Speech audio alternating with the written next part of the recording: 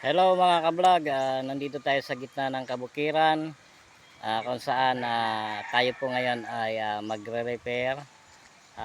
Kasama po ang ating head ng 1Pi IT Solution na yun doon po siya, kakit na po sa poste. Kasi may problema po yung linya po natin. Halos karamihan po ng subscriber natin ngayon ay walang internet po sa parting ito. Hanggang doon po.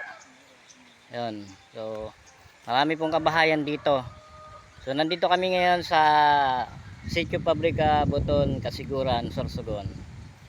So, at i-repair po natin yung main line kasi wala pong internet yung papunta po doon. Yun. So, wala tayong nagreklamo yung ating mga subscriber kasi wala po silang internet. So, yun po. Nandun na po si boss, naka na po sa taas at ayusin na po natin yung linya para po mamaya magkaroon na po ng mga internet ang ating po mga subscriber. So yun lang po ang ating pong update ngayon mga kablog, at salamat po muli sa inyong pong patuloy na pagsuporta at panonood ng ating channel. Yun lang po, Yao sa vlog. Paalam po, maraming salamat.